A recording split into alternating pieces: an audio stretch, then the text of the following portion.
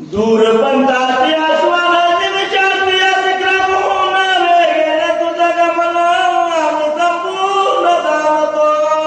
हनुमंता, अरे तुला जे कार्य करायला जायचं आहे ना हनुमंता, खूप दूर आहे रे हनुमंता. आणि ते दूर जरी असलं ना, मी तुला ते सर्व काही वृत्तांत त्या ठिकाणी सांगतो, विनंती करून सांगतो हनुमंता. वैद्य राजा हनुमंताला त्या ठिकाणी कळकळून बोलू लागले. पुढे काय म्हणतात? तथापि मार्गाची आघाडी तुझं जागेल कपी नाना गमन करावया संख्या तत्वाचा अवधार्य. हनुमंता, अरे 2 पावलावर 4 पावलावर ते औषधी नाहीयेत रे हनुमंता. खूप अंतर आहे त्या औषधीचं. अरे किती मस्त, किती लांब ते सर्व काही हनुमंता. मी तुला अंतर सांगतो, ऐक बरं हनुमंता, शांत चित्तानं ऐक. वैद्य राजा हनुमंताला त्या ठिकाणी बोलू लागले. 3 लक्ष दाशते दायवले अधिकते यथा जाता ती गुणिते पंचनिचिते सुशेन वैद्य राजा हनुमंताला सांगू लागले. तर हनुमंता, खूप अंतर आहे त्या ठिकाणी. 3 लक्ष 10 शते 12,340 कोस अशा प्रकारचं एकरी अंतर आहे रे हनुमंता. हे जाण्याचं अंतर आहे. पण येताना अंतर किती होतं? 24,06,340 किलोमीटर. अशा प्रकारचं डबल अंतर आहे रे हनुमंता. ते अंतर तुला काटून परत यायचंय हनुमंता. असं या ठिकाणी सुशेन वैद्य राज बोलू लागले. म्हणतात जवळात आहे आपण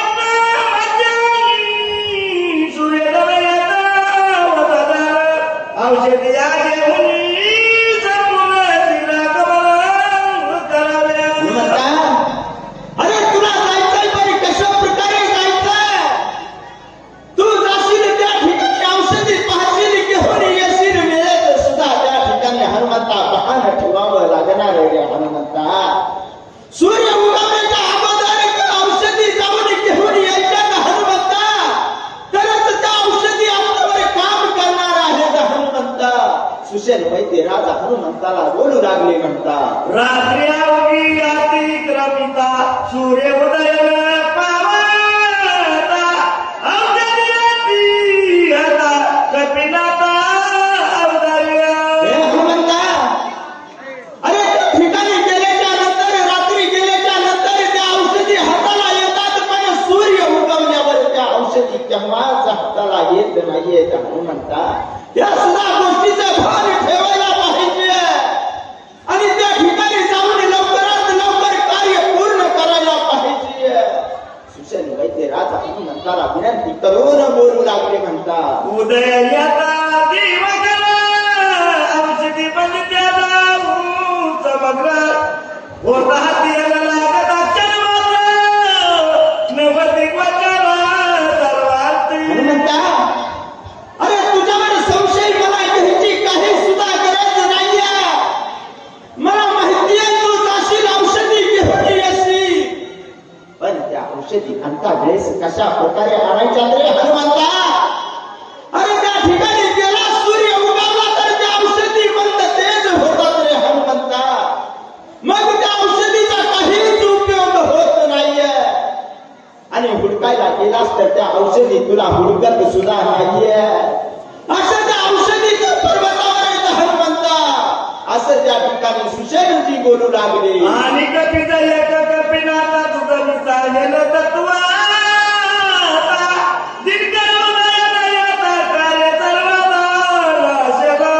हे हनुमंता, अरे त्या ठिकाणी गेल्याच्या नंतर लवकरात लवकर औषधी घेऊन यायच्यात रे हनुमंता. आणि जर औषधी आणण्यासाठी त्या ठिकाणी उशीर झाला, सूर्य उगवला, तर त्या औषधी आणलेल्याचा काहीच उपयोग होणार नाहीये रे हनुमंता. म्हणून त्या औषधी सूर्य उगवण्याच्या अगोदर जाऊन आणायच्यात रे हनुमंता. सुशेन वैद्य राज विनंती करून हनुमंताला बोलू लागले.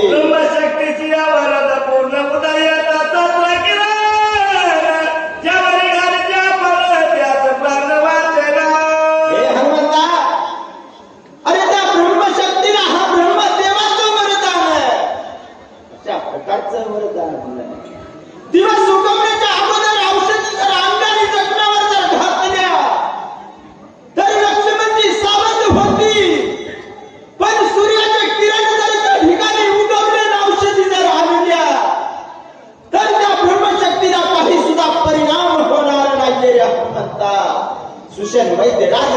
ठिकाणी बोलू लागली. या लागी कपिनाथा बरे गमन करी आता सौमित्र वाचून या सर्वाला श्री रघुनाथ सुख देई. हे हनुमंता, त्याच्यामुळे मी आतापर्यंत तुला सांगू लागलेलो लवकरात लवकर जावंस, औषधी घेऊन यावंस, लक्ष्मणाला उठवावंस. नंतर रामाला त्यांचा भाऊ त्या ठिकाणी स्वाधीन करावास, रामाला समजावून त्या ठिकाणी द्यावास. मी तुला विनंती करून सांगतोय रे हनुमंता, असं या ठिकाणी बोलू लागले. म्हणला राजा सुग्रीवा पण पतिता झाला वायुवचनंदन शीघ्र घेऊन या बाळाला बनू लक्ष्मण उठवावा.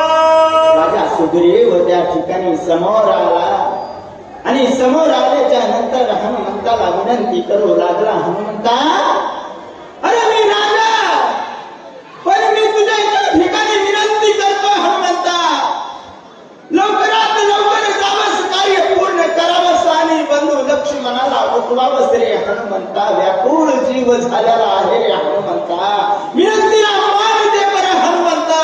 सुग्रीव राजा विनंती करून बोलू लागला. सत्वर करावे गमनाची वेगळ्या दुनियाची सौमित्राची उठवावे. हनुमानजी, हनुमानजी, अहो माझ्या भावानं, माझ्या सख्या भावानं लक्ष्मणावर शक्ती सोडली. लक्ष्मण व्याकुळ झाला त्या ठिकाणी आणि तुम्ही लवकरात लवकर जावा, लक्ष्मणाला उठवावं. मी तुमच्या पाया पडतो हनुमंतजी, एवढं काम पूर्ण करा. भीमसेनजी त्या ठिकाणी हनुमंताला बोलला. सकल वानरास तो जामवंत बोले सुरासा आमुया द्रोणाद्रीचा सुदासा बंधू सुदासा वाचावे. सर्वांमध्ये वडील असणारे जामवंतजी वयस्कर होते मायबाप त्या ठिकाणी. ते सुद्धा हनुमंताच्या समोर आले आणि हनुमंताला विनंती करू लागले. हनुमंता, अरे माझ्या वयाकडे पहा बरं, माझा आदर त्या ठिकाणी थोडा तरी कर बरं. मी तुला विनंती करून सांगतो हनुमंता, लवकर जा, द्रोणाद्री पर्वत त्या ठिकाणी घेऊन ये आणि रामाच्या बाबाला लक्ष्मणाला उठवले. हनुमंता, माझी विनंती आहे, विनंतीला मान द्यावा हनुमानजी. तुम्ही जामवंतजी बोलू लागले. म्हणता अंगद येऊनाच्या डोक्या बोलवल्याती लेखका तोही विनवित सेवका कपिनायक आदर. अंगद वीर त्या ठिकाणी समोर आले. मायबाप अंगद वीर त्या ठिकाणी म्हणाले, हनुमानजी, अहो कित्येक दिवस मी तुमच्या सोबत या ठिकाणी राहिलो, मला त्या गोष्टीचा गर्व नाहीये, पण मी तुम्हाला या ठिकाणी विनंती करतोय. लक्ष्मणजी मूर्तीत अवस्थेत पडलेली आहे, सर्वांची अवस्था विकळ झालेली आहे. सर्वांना वाटतंय लक्ष्मण आता उठवावा, पण असा लक्ष्मण या ठिकाणी उठत नाहीये. हनुमंतजी, तुम्ही लवकर जावा, औषधी घेऊन यावा आणि लक्ष्मणाला उठवावं, माझी विनंती आहे, असं या ठिकाणी बोलू लागली.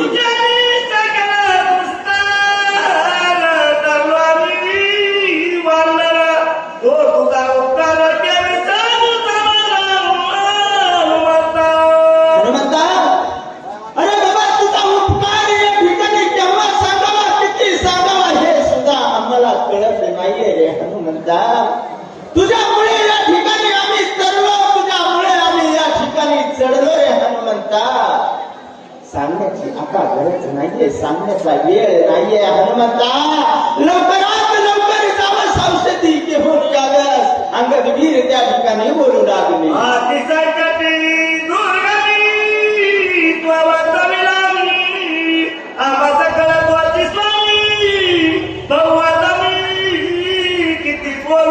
हनुमंता, अरे किती बोलावं, किती सांगावं.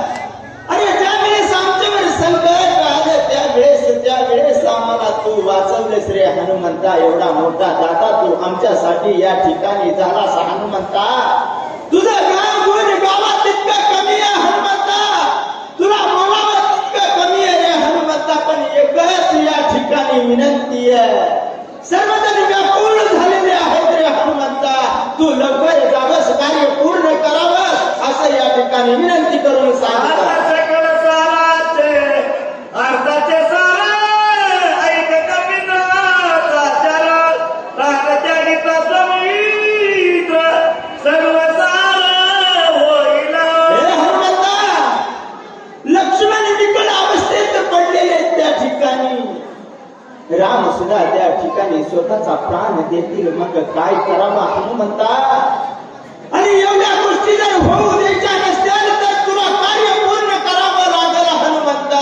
एवढी आमची विनंती आम्ही तुला सांगतोय रे हनुमंता असं या ठिकाणी बोलू लागली. नय देखता लक्ष्मण राम तत्काळ स्वैल प्राण, या सगळ्याची या सुग्रीवाचा देईल प्राण तत्वाला. हनुमंता, अरे जर लक्ष्मण या ठिकाणी नाही उठला तर काय अवस्था होईल. तत्काळ अवस्थेमध्ये राम प्राण सोडून देतील, आणि राम सोडून दिल्याच्या नंतर काय होईल. त्याच्या सोबत जे आहेत ना सुग्रीव राजा त्या ठिकाणी, विभीषण त्या ठिकाणी, ते सुद्धा तत्काळ प्राण सोडून देतील, मग बिकट अवस्था होऊन जाईल रे हनुमंता. विनंती करून त्या ठिकाणी बोलू लागला. राम सुग्रीवा पाटील विभीषण राई असराची, रमण काय वरची सकळ सृष्टी अंकात. हो, काय सांगू लागलेले, एका लक्ष्मणामुळे कशा प्रकारची अवस्था होईल.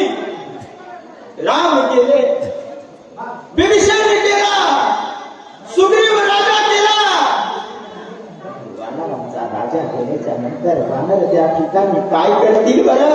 सर्व सृष्टीमध्ये अनंत होईल, हळहळ होऊन जाईल रे हनुमंता. बिकट परिस्थिती झालेली आहे असं त्या ठिकाणी विनंती करून बोलू लागले.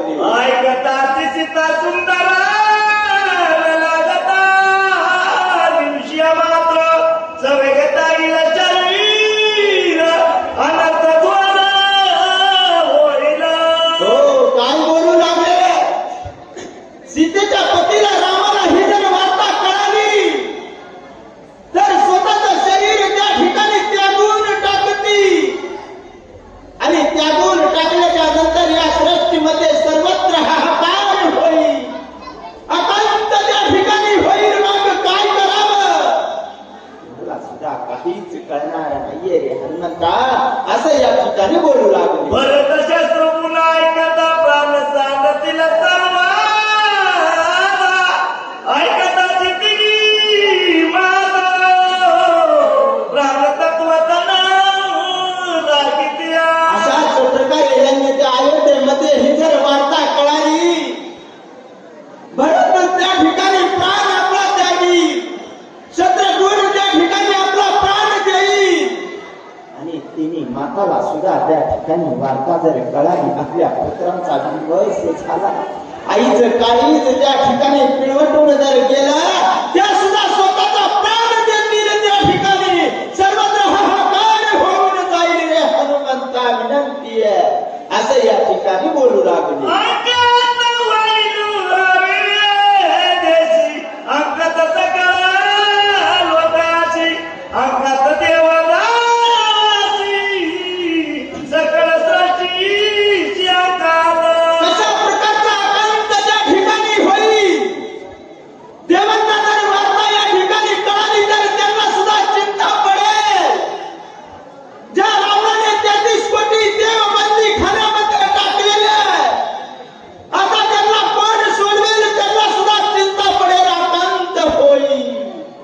त्यांना सुद्धा त्या ठिकाणी चिंता पडेल, लोकांमध्ये सर्वत्र अकांत त्या ठिकाणी होईल, हाहाकार होईल. हनुमंता, त्याच्यामुळे कार्य करणं गरजेचं आहे रे हनुमंता. सर्व विनंती करून बोलू लागले. बांधवडी सोडील कोण वडील कोण रावा, देव कार्याला साध्या सांगून एवढे विघ्न मांडले. हे हनुमंता,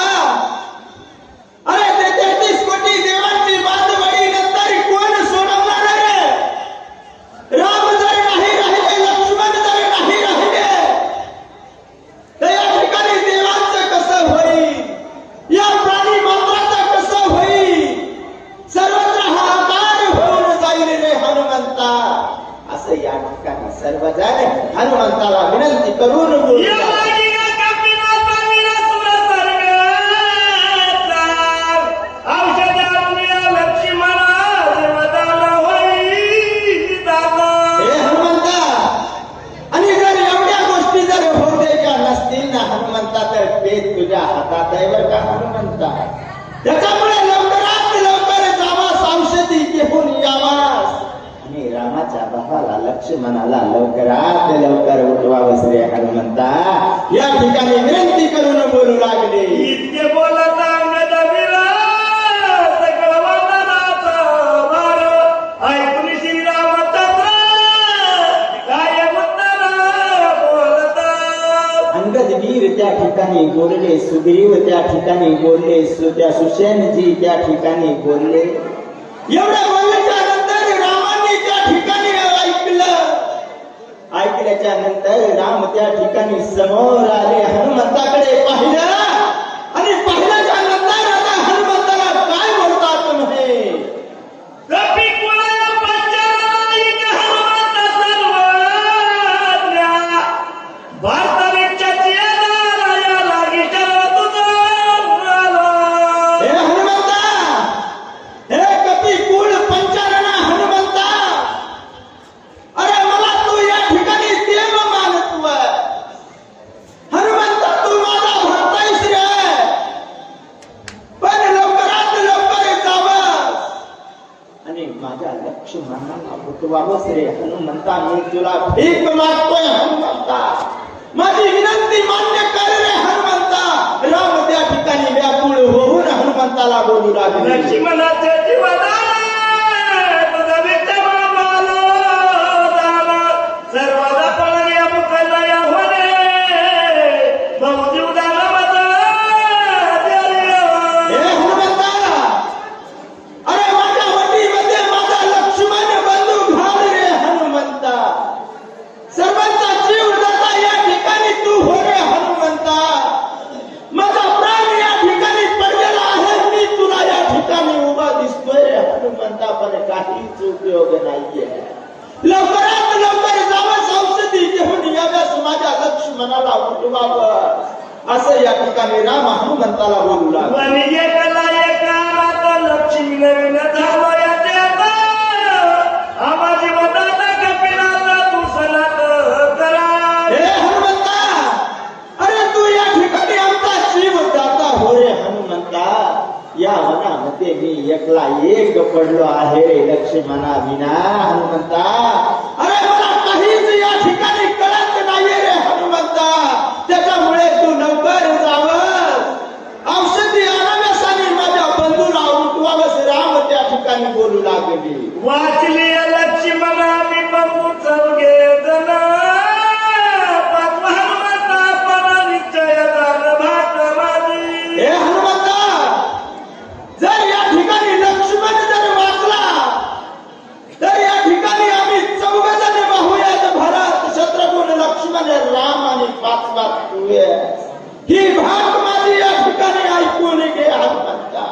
तू सुद्धा आमचा पाचवा पाहूयास, असं मी तुला वचन देतो रे हनुमंता.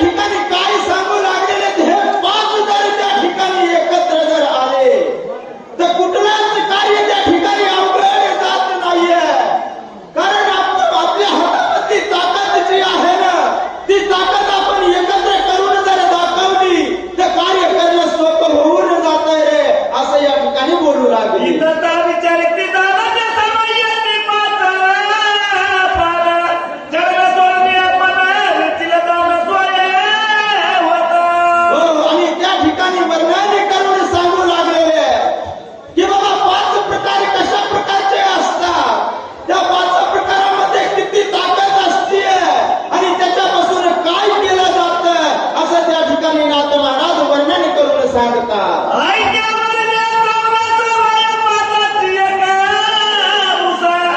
अहंकाराची तमुती मानाचा साध समराचा स्वयंवती. हो, आणि त्या ठिकाणी काय सांगू लागलेले, एकाला जर त्या ठिकाणी आवडलं तर 5 जण त्या ठिकाणी एकत्र होतात. अहंकार, चित्त, बुद्धी, मानस अशा प्रकारचे त्या ठिकाणी एकत्र आल्याच्या नंतर कुठलीच गोष्ट अवघड जात नाहीये असं या ठिकाणी वर्णन करून बोलू लागले. पाताची या एकच माताकडे गावात हरण्याचं लाता.